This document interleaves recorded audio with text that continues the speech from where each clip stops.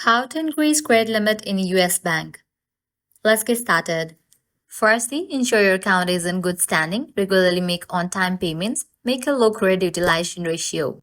Then you can navigate to the website of US online banking or also you can use the mobile app. Provide your credentials and log into your account. Once logged in, navigate to Customer Service tab, then select Self-Service, click on Credit Limit Increase and follow the prompts. Or also what you can do is call US Bank customer service at the number on the back of your credit card. Request to speak with a representative about increasing your credit limit. Be prepared for a possible hard inquiry on your credit report, which can temporarily affect your credit score. Request a reasonable increase based on your current credit limit and income. Then the bank will review your request and notify you of their decision. This can take a few minutes to a few days. Also, US Bank may automatically increase your credit limit periodically based on your account history and usage.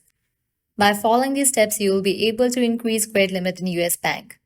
If you guys find this video helpful, don't forget to like, share, and subscribe to our channel. Thanks for watching.